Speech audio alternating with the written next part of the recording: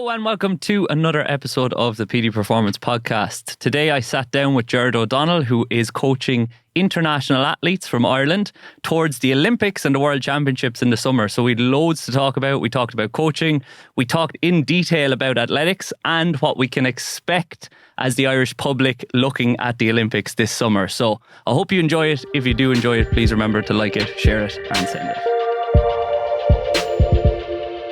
Gerard, welcome back to Ireland. How are you doing? How was the trip and how was the red eye?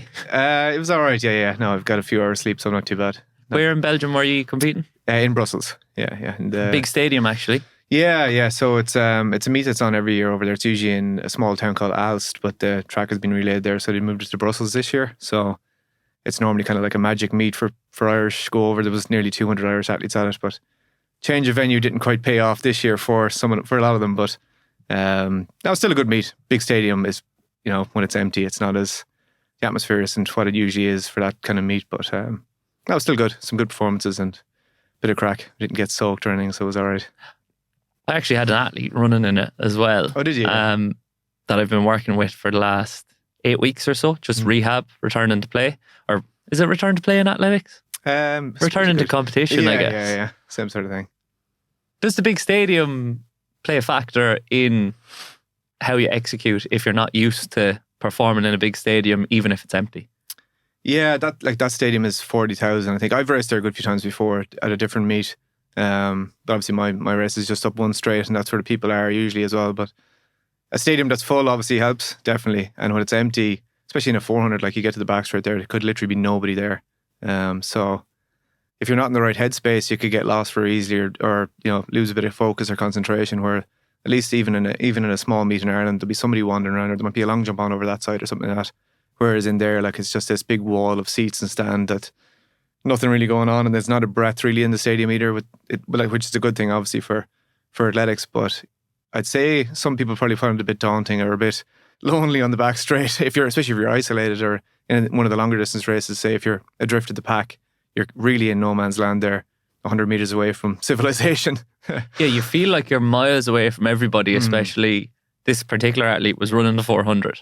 And your start position, like if you're down in one of the outer lanes, you're very much away from everybody else. Yeah, like you're a couple of meters per lane as you go out the track. So like by the time you get to lane 8, you're 40 meters away from your lane 1, and you could be 60 meters away from the starter's gun. So yeah, you're out there as a rabbit to be chased as well. Like, and if it could lead to people going out too hard, going out too slow. And then, like I said, on that back straight in a big stadium with nobody on the back straight cheering you on, it could be a lonely place, I'd say. Now, you said there were some good performances. There are obviously some poor performances as well, but it's probably a weird meet or a weird time in the season, because obviously depending on the level of the athlete depends on the time in the season that we're at. So some are probably closer to peaking than others. Would that be fair to say? How do you manage that as a coach? Yeah, this season is a mess really overall, because it's Paris is obviously the goal for a certain number of athletes, and then there's Rome as well, which is in 2 weeks' time now for the European Championships, and we also have the World Relays there to qualify for Paris. So you never want to be togging out when you're not at your best, but you can't really be at your very, very best 3 times in the summer. Even 3 times in the year is hard to do at your real peak. And then those athletes also need to be at their best at the end of June for nationals. So it's kind of about being just about ready to be able to race, perform, do well. Some people are going to run PBs anyway because they're ready to run even faster than that. So they're not necessarily at their peak, but they're already running faster than they ever have before, which is a good place to be.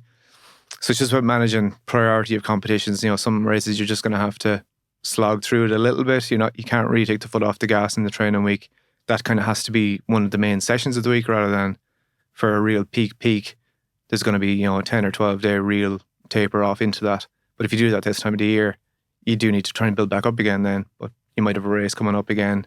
Say if you were trying to run fast last weekend for that, and then trying to build back up for Europeans, it's a very short window to do all that. But yesterday and Saturday were kind of the last chances for people to qualify for Europeans as well. So there was a little bit of that going on, and a few people probably put their hat in the ring for selections for relays especially.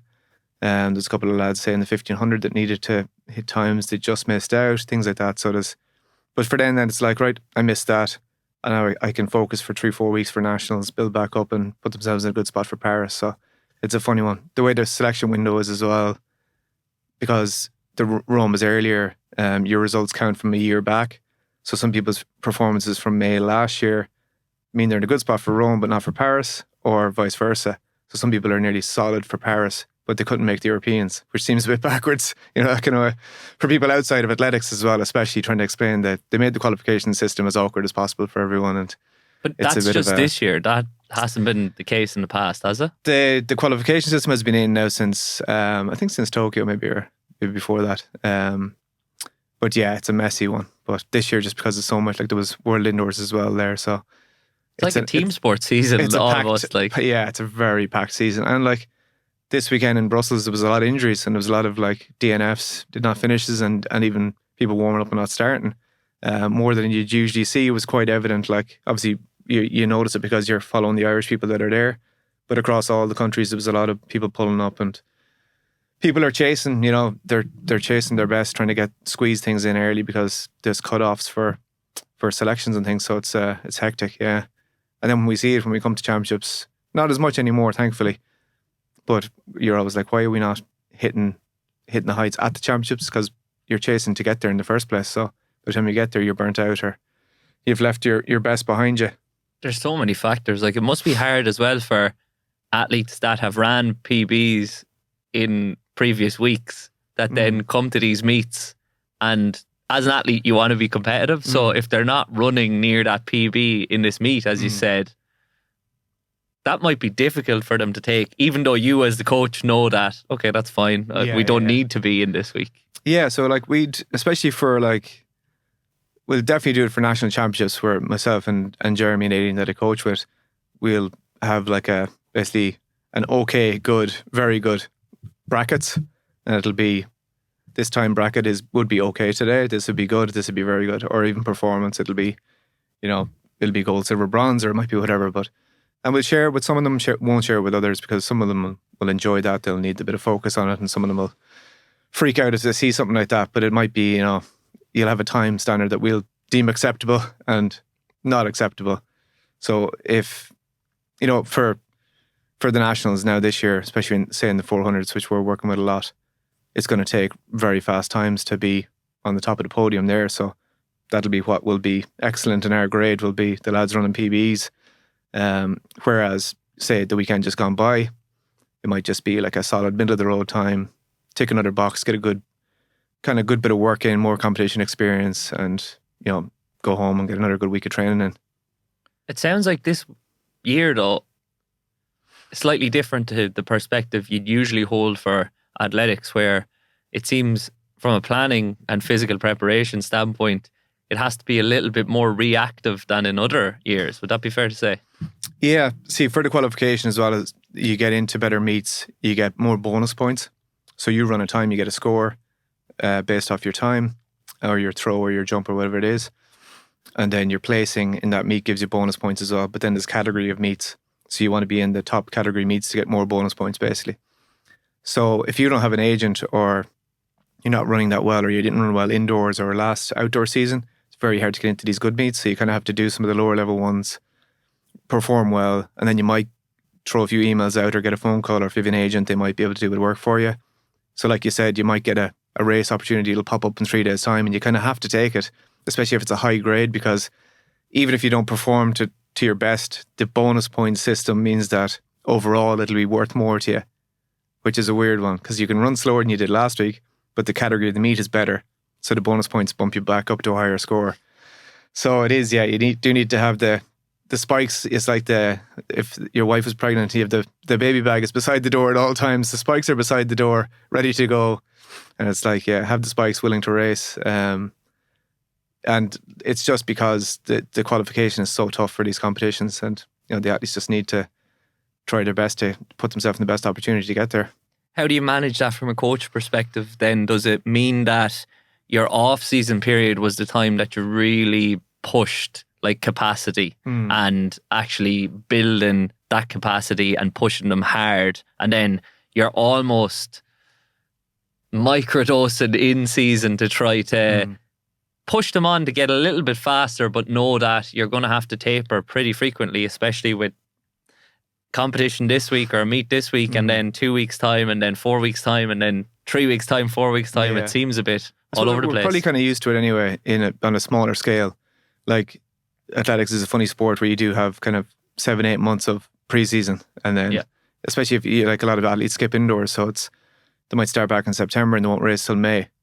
So there's a lot of time to get work done there. And even, all of ours would have raced indoors, but it's still mid-September, maybe October for the ones who competed at the Worlds last year, to give them a bit more of a break. But they're October right through till February before they race, or maybe late January before they race. So there's a lot of work done by that stage. So they are, capacity, as you said, they're very, very fit. They have a lot of work done to handle the more intense stuff or the workload that they're going to require for races.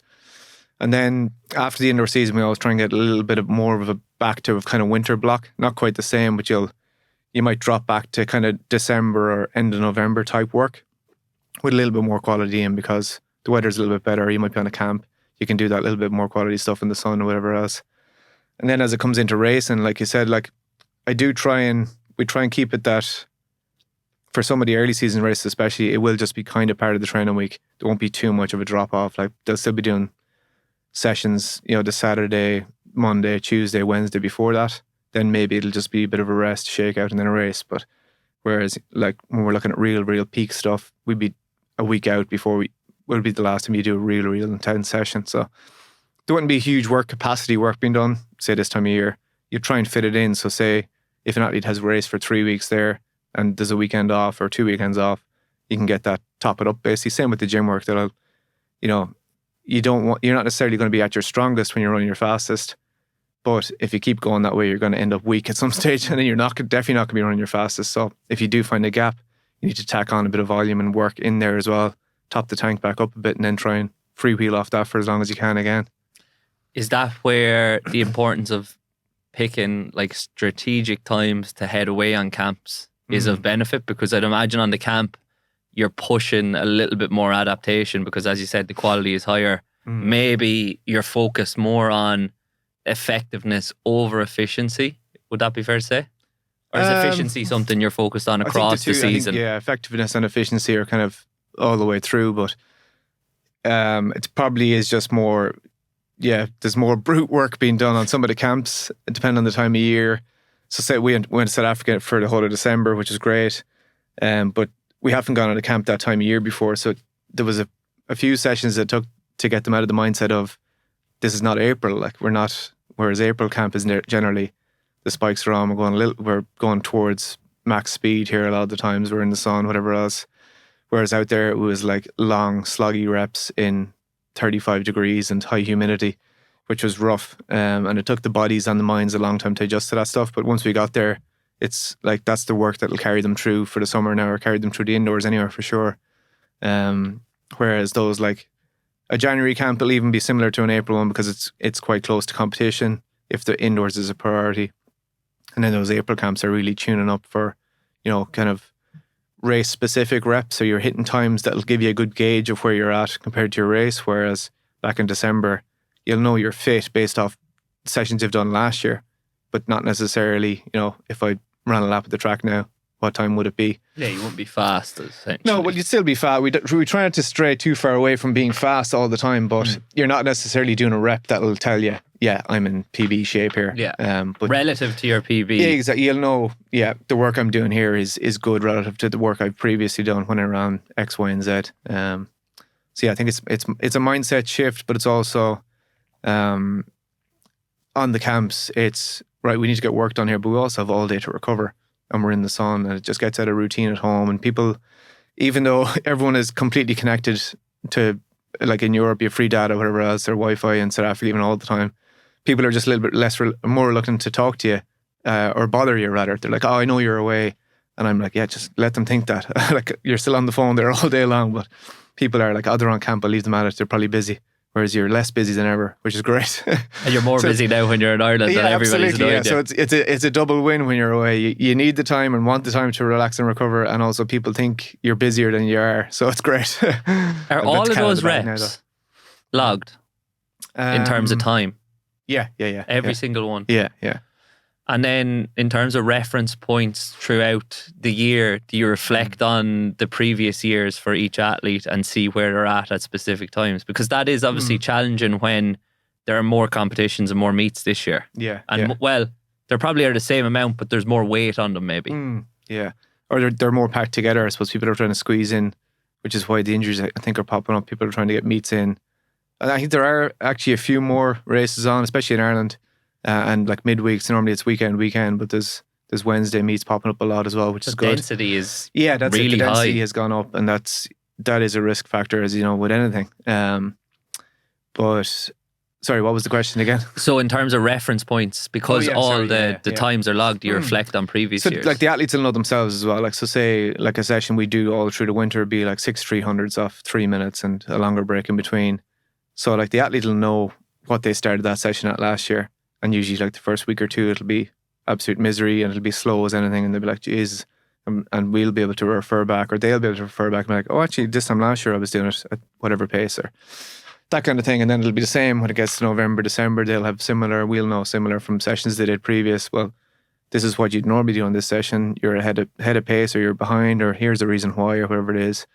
And the same then into the shorter stuff, like a session, a speed endurance or something where they're doing 3 150s off long recoveries. We'll know pretty much. And like I said, that they're the sessions, say for a 200 guy, you'll know what sort of pace they're going to run a race at based off what they do in that session in. Whereas doing 6 150s back in December off long or short recoveries, it'll tell you if they're fit or their work capacity is good or they're ready to handle more intense work, but it doesn't necessarily tell you what they're going to run for one all-out 200. Do they assess RPE of each session then as well, or how do you? It's fairly easy to tell. Yeah. True, yeah. We did it for a while. Tracked it. I actually did my masters. I tracked it. I did it on the perception of RPE versus what the coach wanted it to be, and then had it. The main variable was when the coach was at training versus not. So it was, I planned it to be a 6 out of 10. You said it was an 8 out of 10. And was I there or not for the session? So it was interesting. I did it with 2 groups, and with one of the coaching groups, it was a case that when the coach was there, they found the session easier, and the others was literally the exact opposite. When the coach was there, they found the session harder than the coach wanted it to be. So, but it was more so for my own personal interest. That was sessions in the week where we couldn't see the athletes, and generally you want them to do it easier than they'd actually do it. It's supposed to be a more recovery focused session, a 4 out of 10, and they think it's a 7 or 8 because they just want to be tired at the end of it. That ties in actually to the other question I was going to ask in regards to the reference points and assessing where you are in relation to the previous year in terms of times. Do any of the athletes get almost too caught up in those times and chasing those times, and then maybe sway off to the opposite side of the spectrum in terms of the RPE, so their effort level is higher, and then their efficiency in those sessions maybe takes a hit as a result? All of the athletes so obsess over their times because it's a time-based sport, or it's a distance-based sport, or whatever it is. There's a number attached. There's a number on your forehead, and if you're involved in athletics, I know what number is on your forehead, your PB. Like, everyone knows each other's PBs and whatever else, and blah blah blah. So it's a great one for people who are obsessed with stats and numbers in that way. And we're all nerds in our own way in the sport. But also, that's the danger zone, because like, I'm not hitting the times I was hitting this time last year. And then you're kind of trying to be the on-track psychologist of saying, well, it's because of A, B, C, D, E, and we're doing different in this. You did, where gym is different, our days of the week have changed, blah, blah, blah. Trying to rationalize what you're actually doing to whether it makes sense or not, but trying to make sure we don't lose the week or lose the month because one session has gone poorly. So, but like anything, like, there'll be times of the year where one type of session will go well for an athlete and the other type won't. Or even in the group, there'll be very different type of athletes who do the same event. So, you'll be good at the longer reps or the reps of short recovery. But when it comes to doing the short reps or the fast reps of longish recovery, then I'll eat you up. So it's about balancing that as well, that nobody gets too high or gets too low based off what they're doing. It's, in general, being able to log the days back to back, log the weeks, and the big one is logging seasons back to back without any injuries. If you can do a season, finish the season healthy, take your break. I always say you might drop down to 70% from 100 but you're starting the next season at 70%. But if you finish the season injured, you're starting at 20 or 30 and trying to get up to 100 again. It mightn't be till the end of the year by the time you get there. And, the risk of getting there is higher, obviously, as well. I'd imagine there's very few athletes get through a season completely injury or niggle free, though, is there? Well, everyone's probably carrying a little bit of something at all times. It's just about managing them as well and not pushing the boat out or, quitting while you're ahead on some sessions or some reps. But some athletes are like, there's a handful of athletes that I know and some that I work with that I can see that the huge breakthroughs they've made is that they've pretty much logged 2-3 seasons without any interruption, or an interruption that did happen was just basically a small bit of downtime or nothing acute, really. Like exactly, nothing that put them off their feet for 3-4 weeks mainly. Like, so anyone that's managed to stay on their feet for 3 or 4 weeks or for the full season without a break like that is in a huge advantage. Yeah. And then when you look at something like, say, a marathon, or you go to the longer distances, if you have a little bit of talent, you need enough talent obviously for every event, but just being able to handle the workload is the main talent in that event. Like, or some of the more endurance sports as well, say the road cycling or the rowing. If you can just handle the volume of work, then you're going to be right up there. Like, once you have a bit of talent for the sport in general, but just the amount of people that cannot do that workload is the determining factor. I'd imagine then, because there are so many different athletes competing and so many variables, you have to cater for all of them session by session. So each session has to be slightly adapted for each athlete. Would that be fair to say? Yeah, like there's sessions, there's probably like a framework for every session where there's a core session and then people will vary off it based off where they're at. But again, that's where the times and tracking the data comes in very handy, because it's like, well, look, you may be 4 seconds off the group here, but you're a second ahead of where you were last year on these reps, or where you were this time last month. So being able to see the progress in that way is great as well, to give people a reference point, because people will literally finish a rep and they'll be way out the back and they'll look at the clock and be like, oh, that was actually way faster than I thought it was going to be. You're like, yeah, you're flying it here. It's just the case that they're also flying it. And then the other danger is that your PB is a second quicker than mine, so I'm going to stay a second behind you on all these reps. But you're in terrible shape. So I'm having a bad session because I'm like, oh, well, I should be a second behind Peter on this rep, so I better respect him here. Like, fucking blow by him, because you're running well, so make use of it. So yeah, that kind of thing. It's about, like I said, there'll be a core session, but in general, that's why I did my master's on that stuff, or my thesis on that, is because a session will change. Like, if we have 10 sessions for the week, 9 of them will change on the day, like in some sense, or the weather or whatever it might be. The wind will be going a certain direction where you literally can't do a rep. So there's always change on the fly at the track, which is why there's just so much more value of being at the group sessions rather than having to do them on your own. Yeah.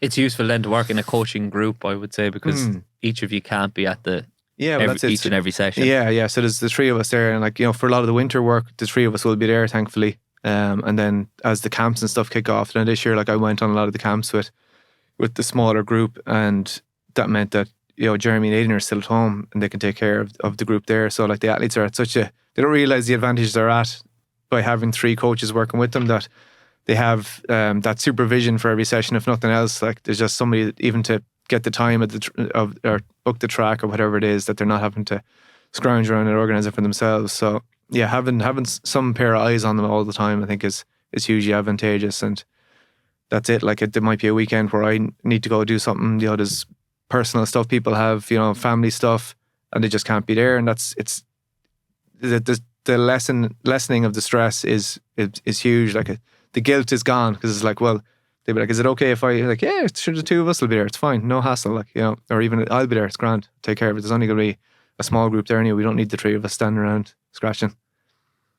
How do you assess your own sessions then? Because are you doing your own planning and preparation for yourself? Or I'm kind of coaching myself now at the minute, but like, I'll try not, the last year or 2, I try not to train with the group as much as I can, because I normally would have jumped in, but yeah, now the last while I'm just trying to, and like I was saying to you before we started, it's very mix and match, just trying to get bits and pieces done, but that's fine. Like, that's not my priority at the minute. The priority is to get as many people to Paris first of all, and then everything that falls below that for the rest of the group, get them to be at their best. So that has to be the priority. But Is that what you tell yourself, to detach yourself from the numbers? Exactly. Yeah. It's fine. You're not even training. Well, that's the truth. It is the truth. Yeah. And like my training week would have been very regimented and structured before this. As like I'd been tracking my stuff, and I'd be like, I need to hit this if I want to achieve that. Whereas now I'm getting pretty good results in terms of numbers in training, even with what I would consider not a half a training week. So I'm like, maybe there's a little bit of something to this, but it's just kind of, I'll get a session done in the morning, then I'll be coaching in the evening, or vice versa, or I'll have to take 2 days off in a row and then go back and do something else, or replace a bike session, get off the track onto the bike instead. Things like that where would be deemed like things I would have done when only if I was injured before or whatever. But it's just about getting little bits and pieces done where I can, and keeping one piece and not put on the beer gut. Has that been the major lesson then you've learned through that process of trying to compete and coaching, is the value in doing some and not nothing, and less and not more? Yeah, absolutely. And like even the sessions I am doing now are, in some of the camps I'm doing them after the lads are training or before, but like I'll probably do most of the sessions I'm doing 3/4 of what I would have done before. And I know my body at this stage, and I've had 400 injuries, so I know when it's on the way. But I'll generally get a little bit of high quality work done and be like, oh, that was actually pretty good. But it'll be 2 reps rather than 5. Yeah. And I'm like, I don't think I'm going to get away with doing 3 reps here, so I'll just have to pull the plug. And it might be that I'll finish the session with a bike equivalent, or do a little bit extra gym work after or something like that. But it's generally just doing what I can get away with now. But the quality is still quite good, so it's just not making stupid risks because I don't have the capacity work done like that. That big block save that people would have in the winter, I don't have. So I'd be stupid to think I can do the higher capacity or volume or density weeks that I'm asking the athletes to do at the minute. Yeah, it's a risk you don't need though, because exactly, yeah. It sounds like even though there's maybe been a 25% reduction in volume, there hasn't been a 25% reduction in performance. Yeah, no, the quality is still quite good, which I'm surprised with, but I'm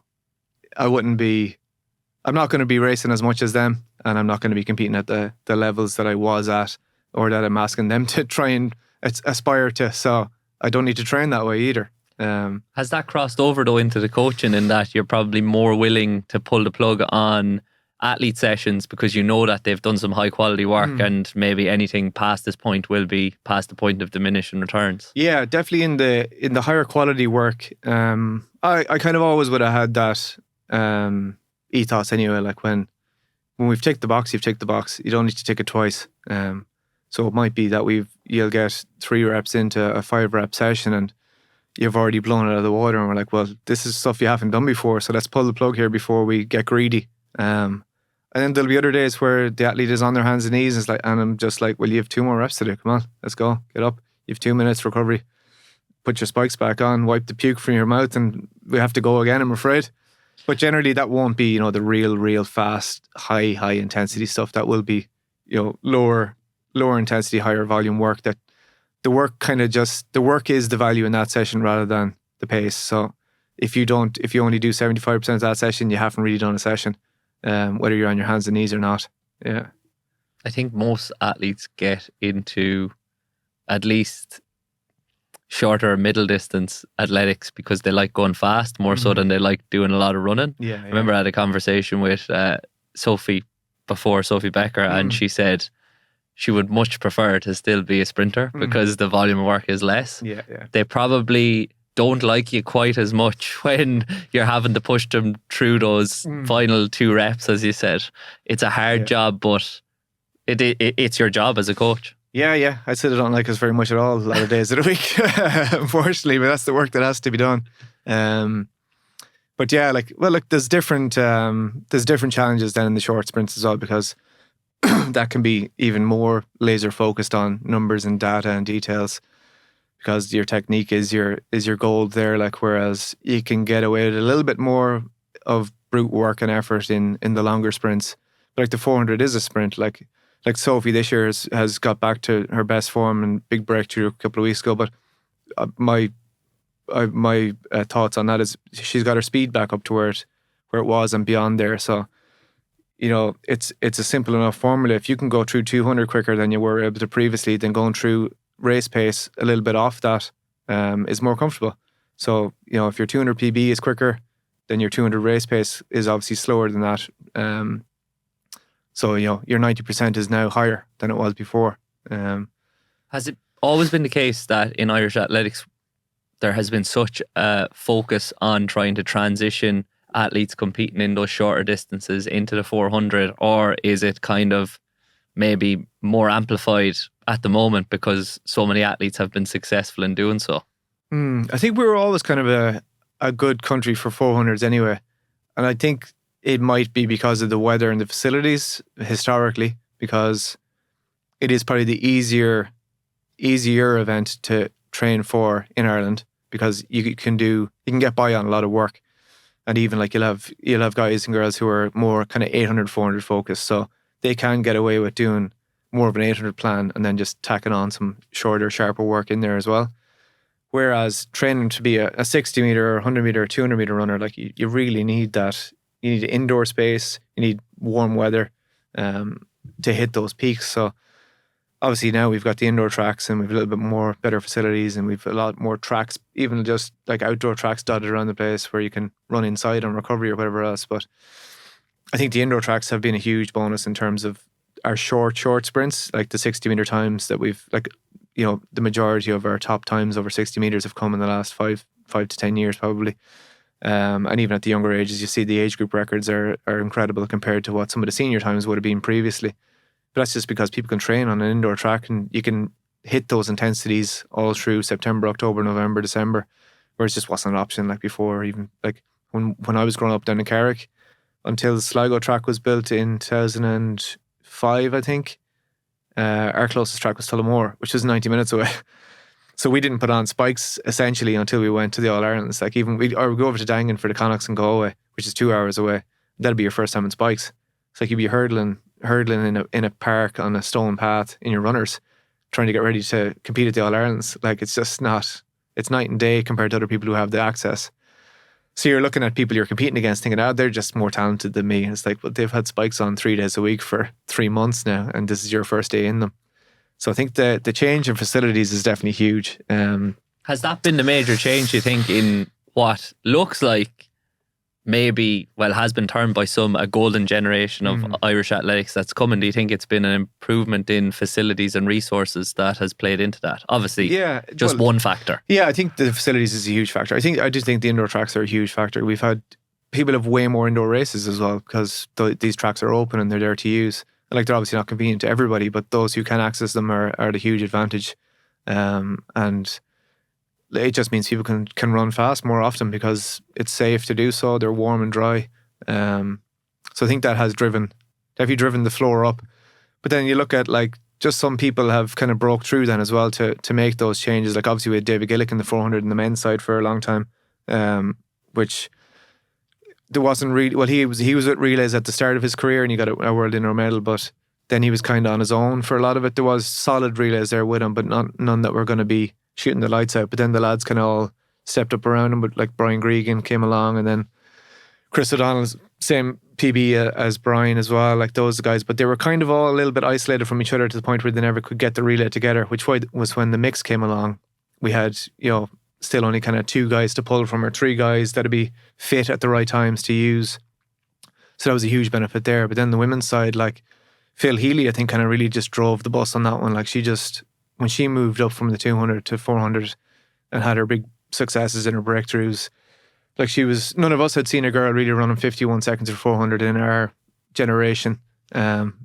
So she kind of opened the doors there. Like even the team that went to London for the Olympics, like there was, I think the 6th member of that team had run like 54 high and was picked for that team.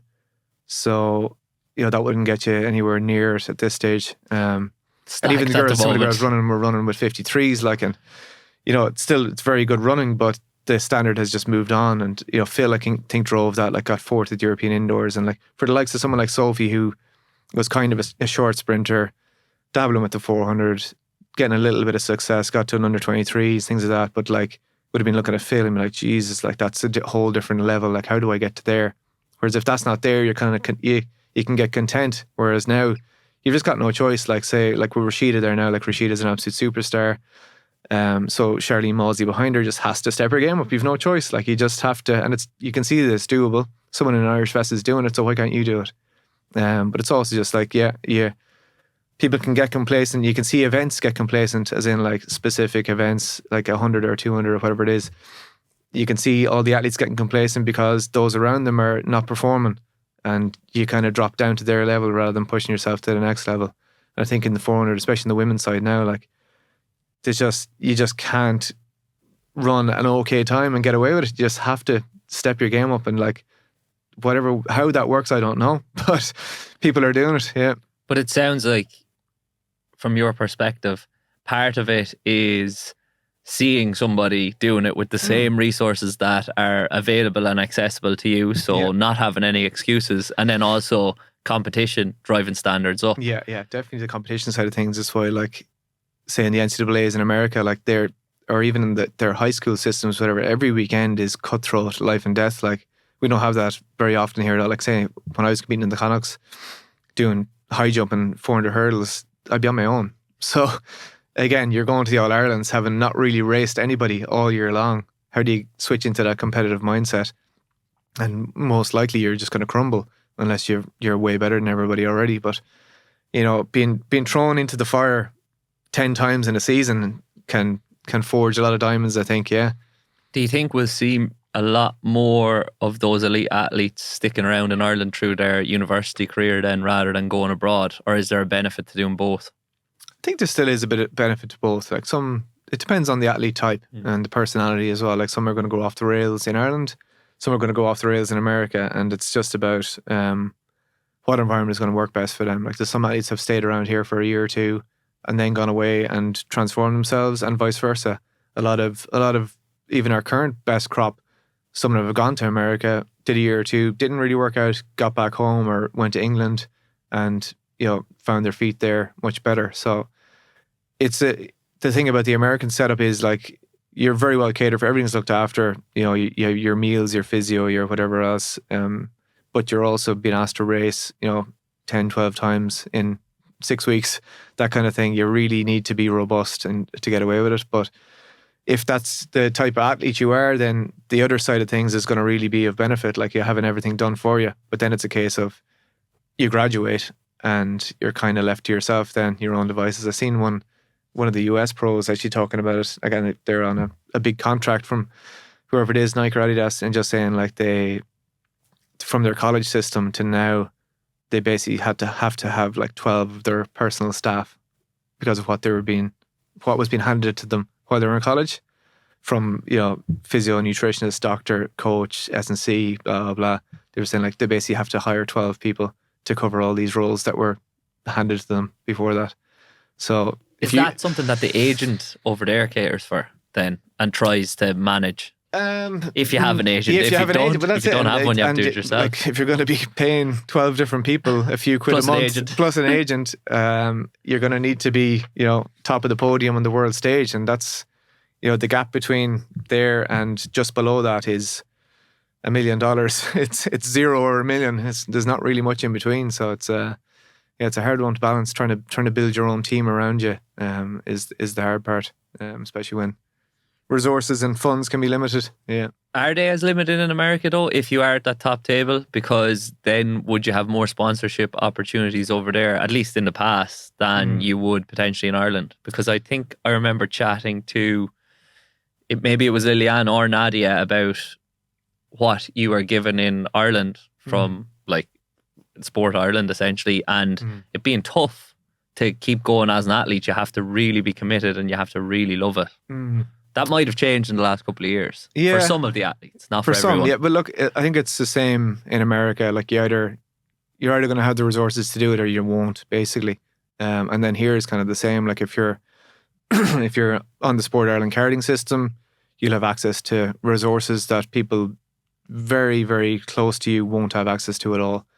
But then it's a case of you making use of those resources as well, or maybe you just don't gel with the people that are providers for Sport Ireland or something like that. Simple things like that where you do have to go external, or you've been working with somebody external for for years before that, and that's what works for you.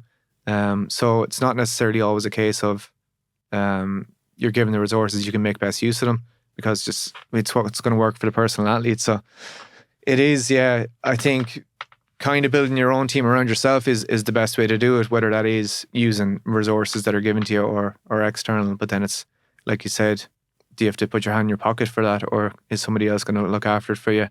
And in general, it's not. That's why, like, you can look back on the majority of all our best athletes and say, like, parental support or, you know, the background they come from is a huge factor in how they perform or how high they've achieved. Because when they get to 22, 23, 24, are they getting a job in an office, or are they just able to have that chance of, you know, trying to be the best they can be because a bit of support is coming from somewhere else? I'd imagine because your career is so short, you have to be incredibly decisive about that team as well. If something's not working for you, you have to decide that season to try something else, because you don't have time in an athletics career to flutter about. No, you don't at all. Yeah. Like, a season is gone before you know it, and like all of a sudden you're no longer a young athlete as well. And like you said, like, you get to your mid-20s and it could be all over. You could have missed your window, and the window is so small. And then that's the case as well for athletes who do you know, decide to take up work or whatever else, and you're kind of trying to maybe convince them the other way around and say, look, scrape by, but don't waste your chance to be a very, very good athlete, like, because you have your talent here, make use of it. Whereas you're going to be half-arsing both your work and your athletics if you decide to take that job or whatever it is, you know. So I'd be always of the mindset of avoid working for as long as possible. If you have any way and means of doing it, you know, scrape to give yourself the best chance to be the best athlete you can be. But that's not for everybody. Even the stress of that, the anxiety of not having the right number of zeros in your bank account when you're trying to pay rent, whatever it is, that can, you know, be a big determinant factor on how they feel, and that's how they're going to perform, and that's what they're going to transmit when it comes to training and everything else. So finding the balance in those aspects is a real tricky one. But I also think it is a real motivator behind why some of our athletes and some athletes in general are so good at building a brand in order to support themselves essentially through multiple different sponsorships, or having some sort of leverage in regards to negotiations with different businesses for any sort of advertising they might do or marketing for them. I think some athletes get that really right, and I think some not so much. And I think athletics probably as a sport are the best at it because they need to do it. Yeah. You don't have a team, like, you don't have a social media manager for the team promoting you or pushing you out there. So, but I know I can list off a number of athletes who, like, when Instagram, I suppose, was just kicking off as that space to make your own brand, they were building big brands for themselves, but there was no performances to back this up. So they were gathering, and there'd never be a post about the result they ran at the weekend, or even that they were going to race at the weekend. And you're kind of like, what is going on here? Like, how is this person got 50, 60, 100,000 followers, but they're, like, as far as I can see, they're not an athlete. Like, they're just it's whatever. a hobby. But I can name a few of them who did that for a few years, and that gave them the space to actually train hard. And then they got the performances at the end of it. So now they are justified in their big followings and their big brand, and the performances match. But they did it so cleverly that they built up the brand before they had any merit to, if you want to put it that way. Now, obviously, I'm sure there's others who haven't gotten there, but, you know, the fact that they didn't have to sit behind a desk for those 3 years, they did just, you know, spam content all over Instagram and got their following up. Then by the time that gave them the chance to train full time, basically, and then the performances came to follow. So, you know, fair play to them. They were on the ball with that one. They seen it coming before the rest of us did. Yeah, there's no drawbacks to building some sort of a personal brand, really, other than maybe the anxiety that comes with it, or the pressure that it puts on you to kind of live up to that expectation. But it gives you far more than it takes away, I would say, as an athlete. And I think I admire athletics as a sport for what the athletes are able to do. I think other sports could learn from athletics, because athletics as a sport seems to know that they're not in that top bracket in terms of eyes and viewership. So they know that in order to grow the sport as well as grow their own following, I guess, to support themselves, they need to do it. Whereas other sports, when you're in a team environment, it's just expected that people are going to watch anyway. They should, because we're class. Like, but it doesn't happen. No, and you're not relying on it. I suppose, like, say in Gaelic football or camogie or hurling, like, it's not necessarily supposed to be your job either. So you can't really be. I'm sure some people are conflicted in that. I shouldn't really be pushing this out there because I do work in the bank or I do whatever, the standard. But it's like, whereas for the elite athletes, that this is their job, like, and this could be the difference. Some brand manager might see that your content and be like, actually, you like who they are, I'd like to work with them, or we're looking for somebody for this campaign. This person I saw on Instagram could be a good person to go with. So it is that, like, you are your brand. So, and like you said, some people are very good at it, and it's about, I suppose, being authentic with it and showing your true self. That's what people like and enjoy, rather than the act kind of is seen through, I think, for a lot of them. Yeah. So you can see someone's personality come through very well on a lot of this stuff, and I think those are the ones who make themselves valuable in that sense. So in relation to probably an increase in viewership and attention given to athletics at the moment, do you think it's a combination of the quality of athletes going up, as well as potentially us knowing a little bit more about the athletes, or knowing them by name, I suppose, because they've been able to build those followings online and get more attention on the sport? Yeah, I think the performances are what lead everything, though. They do drive everything. Like, if people are performing, they're not basically not going to get a mention on the news if they don't perform. So their name is mentioned on the radio, people will accidentally hear it, and they'll accidentally hear it 10 times, and then they'll be like, oh, I know, who's that athlete that I heard of? So I think the performances do drive everything, and that the standard of performances has gone up. And, like I said, with the relays, because I'm involved with them a lot, they've been getting to world finals, Olympic finals, and now medals at the world relays there. So these things are very, very important, like, in terms of building the sport up. And then the likes of Rashida or Kieran McGeehan or whoever it is, Mark English, Tom Barr, winning medals at European stage or world stage is just, that's what drives it on. Or even making finals. That's the thing, like, you by the time you make a final in athletics, you've beaten an awful lot of people. But that might not necessarily get mentioned on the news. Whereas, the first round of the championship in the football will be mentioned. So previously they would have been mentioned on the news, but you mightn't have been able to watch the competition live on RTE, whereas now or even find a clip of it on their Instagram or on YouTube or wherever it is. And even like the Diamond League Athletics is on Virgin Media now. Every week it's on, which I'd kind of forgotten about. I was like, where can I watch this the other day? And I was like, I think that's actually on. So when I was in Brussels, I was watching it on the player, which is huge, like, because somebody will accidentally watch it. And a lot of people actually love watching it when it comes around to the Olympics, but it's the hardest sport to find apart from that. Like, for people involved in athletics can't find where to watch some of these meets. So things being on terrestrial TV, or even if it is the player, you'll accidentally stumble upon it. And, and there are a lot of armchair fans every 4 years. It's just, you need to force feed them a little bit of it every now and then to keep them involved.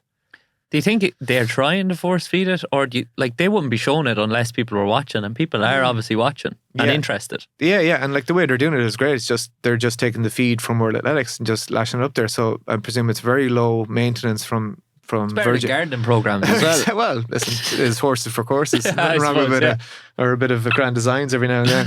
But people, it just needs to be there. And like I can see, I'm sure it's a win-win for them. Like, it's low level work for them. It's just literally transmit the feed. I'm sure they have to pay a few quid for it, but hopefully the numbers are tuning in for it as well, once it's been pushed enough. And then people are going to flick on and not flick off because it's something different, and it's Olympic year as well. It's a good year to do it. Yeah. So in relation then to this year for your athletes and the Olympics, is like, for the last 4 years, that's been probably in the back of their minds, and it's probably something that they think about quite often. Do you speak openly about the Olympics around now, or do you very much take it race by race? Well, like, it was a bit easier this time around for them, I suppose, because it was 3 years, but it was so action packed because of COVID. The Olympics was obviously 2021. Then we had World Championships 2 years in a row, which normally isn't the case. So there has been a huge end goal each season already. But then for three of the guys in our group there that have the ambitions of going, like, Sophie Becker and Killian Green were at the last Olympics, and Jack Rafferty was at the last 2 World Championships with that relay. So their whole season is based around getting to Paris. So like either as individuals or as a backup with the relay, but individual spots are the key. So that's what the whole season is revolved around. So it's not as if we're talking about it every session, but every block is based around getting them ready for the next block to get them ready for the next race. And those races, like I said, with the ranking points and everything else, they have had to be picked and choose very carefully to get them. You need a race where you're going to run fast, but also where you can get the bonus points that'll drive you up the table in terms of rankings. So it kind of has to be it's a grayed out logo in the corner of every conversation that it's there at all times, because that's what the end goal is. Yeah.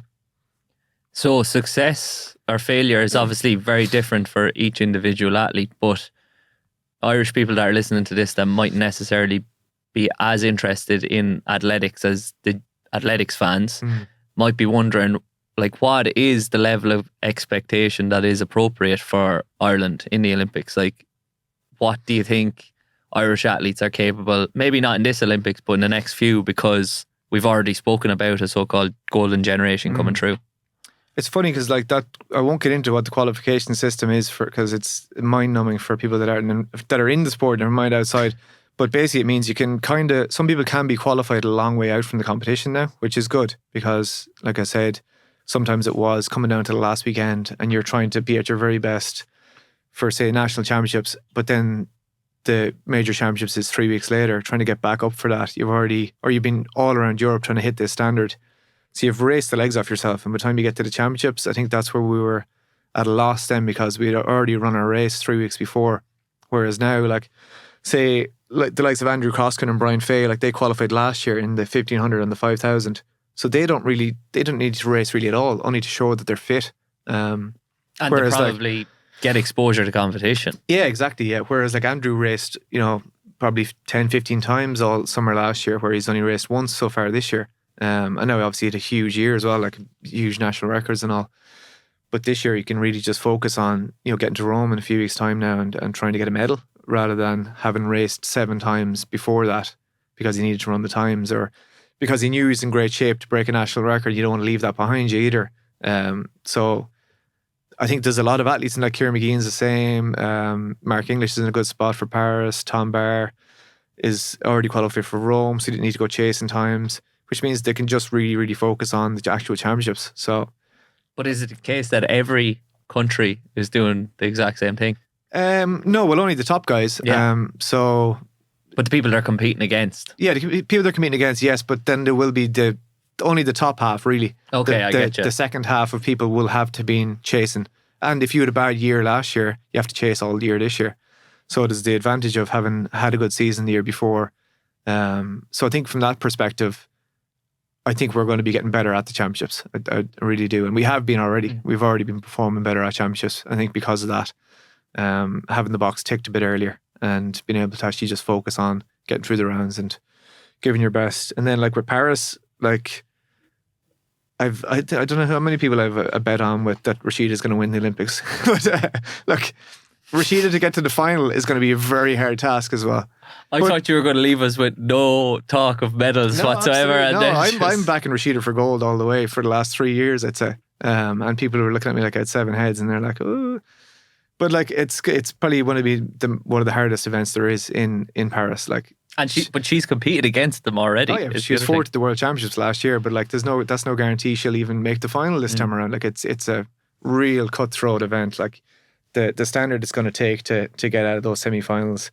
I think the semi-finals in like the 4s, the 8s, the 4 hurdles, even the 1500, it's the hardest race there is. Like, once you get to the final in those events, nearly anything can happen. But the semi-finals are lethal. Like, it's literally top 2, no fastest losers, no nothing. It's just literally finishing top 2 and you're in. And if you're not, pack your bags and see you later. And your dreams are gone. Is it becoming harder to compete in a number of different events at these championships? To double up in them. Yeah, it's just whatever the timetable is. It's a bit messy. Like, ideally Rashida could do the 200 and the 400 and the relays, but it's going to be hectic. Like the way the schedule is, even for Rome, for the Euros, the mixed relay is the Friday and then the heats are the 400 on the Saturday. So like for Rashida, Charlene, Sophie and Chris, they're all in the 400 as well, the individual. Well, they're all qualified pending selection. So whoever runs the mixed relay has to also run their individual the next day. And obviously you don't want to go out in the heats, you want to get through to the semi-finals at least, or finals aspirations for all of them, especially the girls, like at the way they're running. So is that the challenge when you're a country that has less numbers? Yeah, but I think they've kind of designed it that way for the mixed relay to make it an event that maybe people can blood new talent in through with, or give some of the former subs a chance, or else just say, suck it up and here's another event for you. So it's just about managing all of that, yeah. So it's tricky, but back on Paris there, like Ciara McGeehan as well has a really, really good chance. Like she was 4th at the Worlds last year as well, but same thing, like Ciara could be 2nd or 10th in that final if she gets to the final. Like it's really, really tight. And it's one race as well. Yeah, exactly. Yeah, like when you get into the field, and there could be a faller, there could be a trip, there could be anything. You could get boxed in on the rail or anything. It's going to be hectic, but we'll definitely have talent there at the championships in Paris that could surprise us. And look, like we went to the World Relays there in Bahamas, and we knew we were good enough to be top 2 in both of our events, which guaranteed selection. And like I was very confident that we'd be top 2, but that's with all going well, and all did go well, and that doesn't happen all the time, and all went very well. We won both the races, which secured it. And then, going into the second day, it was like a race for medals, and I was like, yeah, look, the mix will give it a good go for the medals. We had to change the women's team, obviously, because they only allowed a certain amount of subs, and people were going to be racing twice in an hour, or half an hour, wasn't going to be doable. But then we got a medal, and it's like, well, I don't know, we shouldn't be so surprised. Like, we are good enough to get these medals, just that we don't normally do it, or it doesn't normally go our way or fall our way. But, I think out there it was funny. It was kind of like, not that it was underwhelming, but I was just content after. I was like, yeah, look, that was job well done. Whereas my phone was blowing up, everyone at home was losing their minds. I was like, well, did you not realise how good these athletes are? But I suppose you don't know, you might realise how good they are, but you don't realise not everyone knows all the competitors, whereas we do know who exactly is running for everybody else. So you can compare and contrast where we're kind of lying at the minute. But like our mixed relay team, especially if the lads are back running the times they're running in Tokyo, there'd be like world record pace for that relay. So, but obviously with the schedule in Paris, there's no guarantee that we'll have everyone that is running the best on that mixed team, but we'll see. Yeah. That ties in nicely to my last question I was going to ask before the quickfire questions, which was around environment and creating a positive environment in which people are confident that they can fail forward, I suppose, or try their best, but they're not too expectant on results. Is that the environment when you go away to all of these competitions, like you touched on there in the Bahamas? Was that the same? Obviously, the Olympics in Tokyo was slightly different because obviously COVID, you were all isolated. Do you have to focus on that, or does it happen naturally? And would you expect the same thing to happen at Worlds and at the Olympics this year? I think now it's a case that in the relays especially, like we're no longer the little minnows who people are like, oh geez, in Ireland got through, so that's mad, isn't it? Or that they just were an irrelevance. Like since Tokyo, we've made every major final in the relays, so people know who we are now. And even I was chatting to Tom Barry yesterday, he said he was chatting to Femke Ball on the way into the final at the mixed relay at the World Relays, and he was like, oh, good luck. And she was like, oh, good luck to you. And then she's like, actually, not too much luck. And it's like, if they weren't aware of us, she would have been just like, oh, well done, good boy. Yeah. It might have been a bit more patronising than it was. It was actually a genuine, actually, not too much luck for you, because like they literally bet us by 1/10 of a second in the end only. So, we are a genuine challenger for all of those countries now. So they're aware. The only country probably is America, because they just think they're the greatest anyway. Yeah. And they generally have all the talent that they can pull in. And they can pull in their D squad, and they'll still be as good as most people in the world just because of the volume of athletes that they have. But I think every other country is definitely very, very aware of us on the relay stage now. So that's just, like I said, with the team ethos, reminding the athletes of that, like that we have not missed a final in a major championships since 2021 or before that. So, letting them know that this is who they are, and this is the level we expect them to be at, and this is the level that they should be at, and they're able to be at.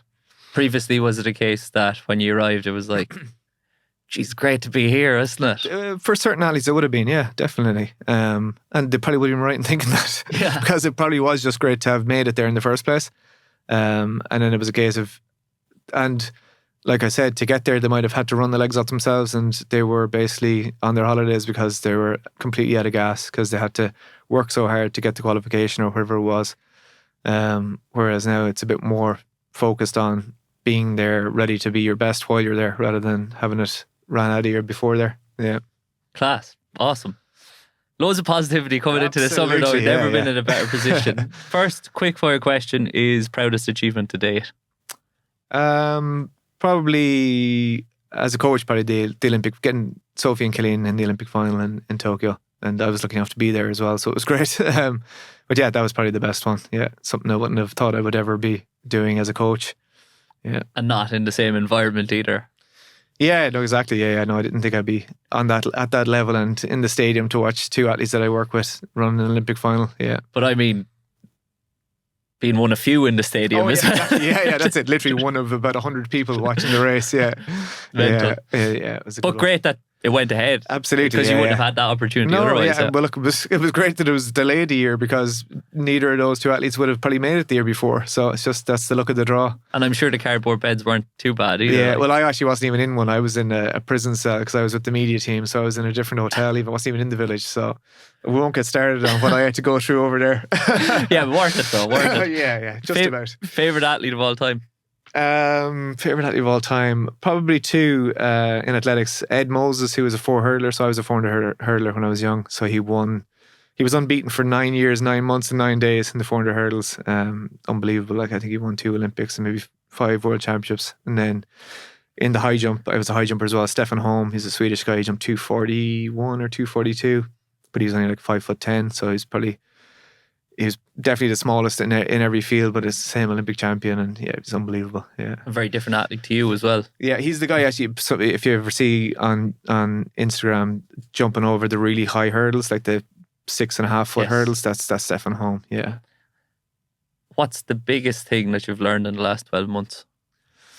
I'd say doing less is because I was working full time last year, or for the last 5 or 6 years with Athletics Ireland, and coaching on top of that. Whereas since August, I packed in the job and I've just been coaching full time, which means that I can prioritize my time a bit more. I'm still obviously working a lot, coaching, but there is a breather now and then. Like, I can take a Wednesday off or take a Friday off. Weekends are generally a no-go anyway with coaching. So, but that meant when I was working Monday to Friday and every weekend is gone, when do you actually take a chance to breathe? So I knew, gladly I came to the conclusion in maybe May or maybe a little bit earlier even last year, that if I did that, if I repeated that year, I'd be in the grave by the end of 2024. So that wouldn't be good for anybody. So I decided something had to change. And I think that was the big learning, that I needed to decompress and take a bit more time out for myself.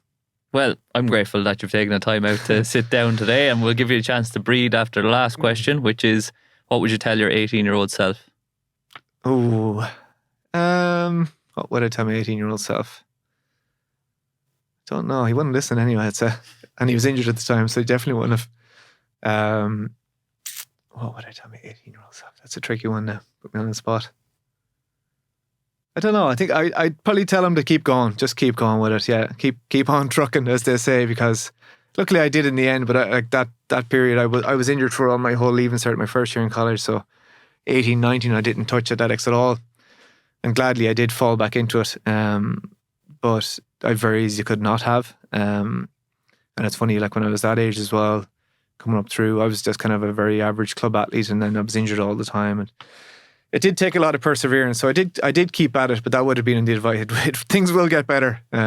But persevere, I suppose, is the one to go with. And you know, it's funny, when I got to my mid-20s, then I was kind of like, where do I go next? And I was like, I'm definitely not going to be a coach, but I want to be involved with athletics somehow. So I studied physical therapy. I was like, I'll still be able to work with the athletes and with teams and be involved and blah, blah, blah. I was like, I definitely won't be coaching. So that's the one thing I won't be doing. Here we are now. So yeah. Maybe tell my 18-year-old self you don't have a clue, and you still won't have a clue 10 years, 15 keep years on later. trucking anyway. But keep on trucking, yeah. Big time. Thanks a million, Gerard. Great conversation. Thanks for coming on.